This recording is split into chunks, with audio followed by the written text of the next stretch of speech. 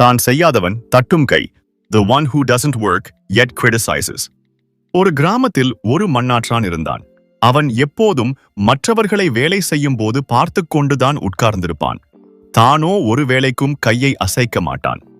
ஒரு நாள் ஒரு சின்ன பையன் பழைய தோட்டத்தில் ஒரு சிறிய தோட்டத்தை செழிக்கச் செய்ய முயற்சித்துக் கொண்டிருந்தான்.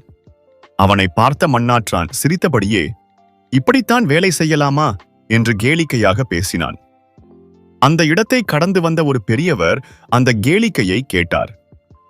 அவர் நிதானமாக நின்று, நீயே ஒரு வேலைக்கு போக மாட்டே, பிறரை ஏன் கேலி செய்கிறாய் என்று கேட்டார்.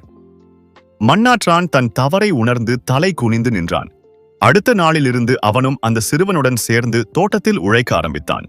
பழமொழி: தன் கை நன்றாக இல்லாதவன் பிற கை தட்டுவான். பொருள் மற்றும் நெறி: தானாகச் செயல்படாதவர்கள் மற்றவர்களை விமர்சிக்க தகுதியற்றவர்கள். முயற்சி செய்வது முக்கியம். Those who do not act themselves have no right to mock others. Effort matters more than empty criticism.